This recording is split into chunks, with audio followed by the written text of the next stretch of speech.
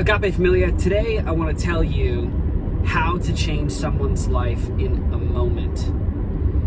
As I was leaving my home today, driving through my community, I noticed a woman sitting on the curb, smoking a cigarette, and she looked a bit distraught. Now, if you're anything like me, you know that in those moments, that divine voice of God yells at you. For some of us, it's a whisper. For some of us, it's a scream.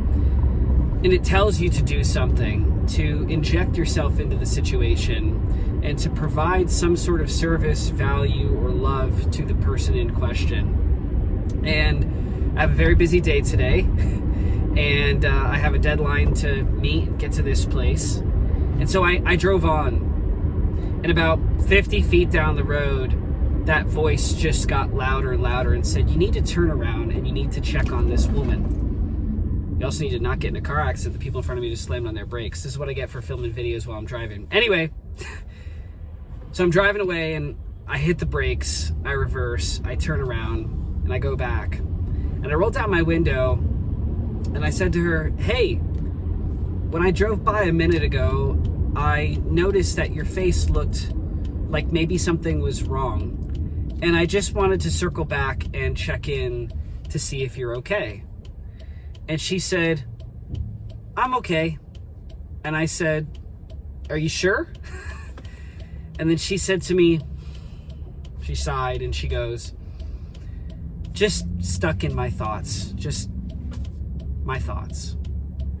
And in that moment, I knew exactly what she was talking about. You probably do as well if you're watching this video.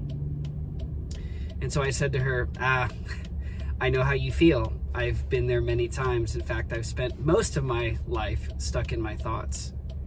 And then I asked her, I said, "Have you ever heard of an author named Eckhart Tolle, or a book called The Power of Now?" And she says, "No, I haven't." I said, "Well, in that book, he teaches something that when I learned it, it completely changed my life.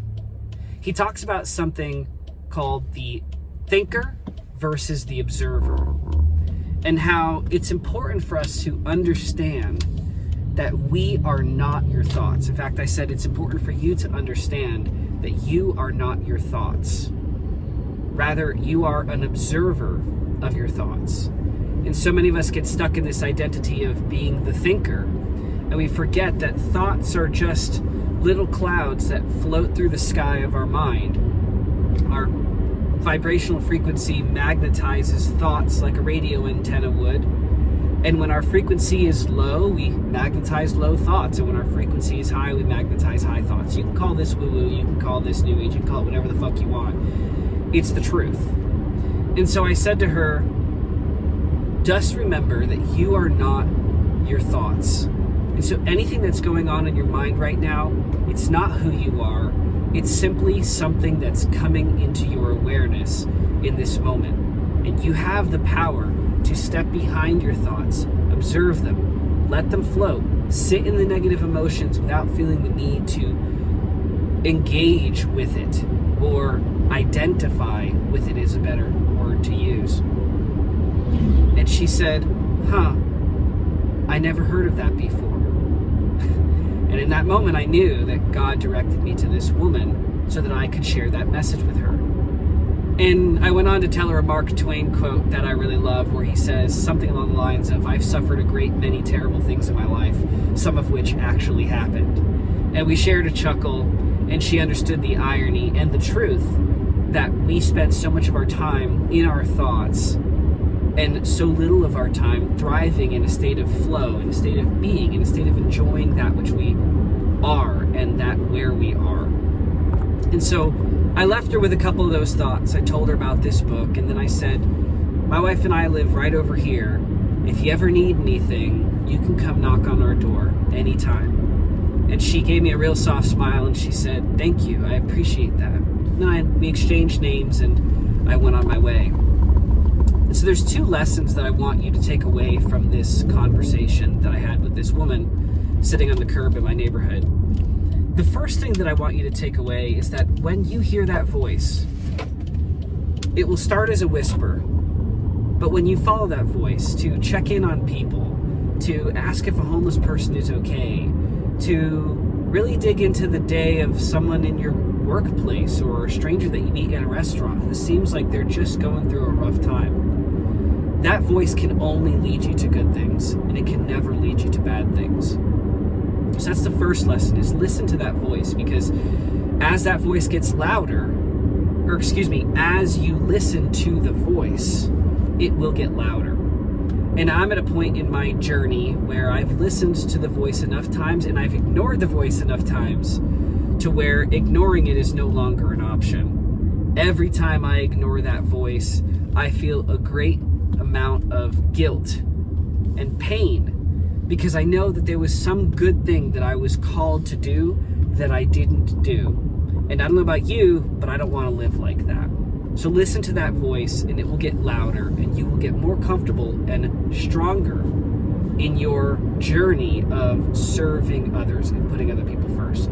That's the first lesson. The second lesson is that you never know what people don't know.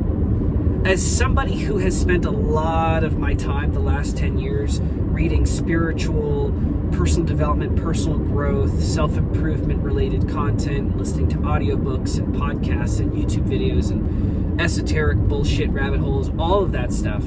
These ideas, though I still struggle to practice them every day, they are like second nature to me. They are a part of who I am. And I don't have to imagine what the world would be like if these ideas were in them, because they're so deeply implanted into my brain and into my psychology and into my belief system, my worldview, all of those things.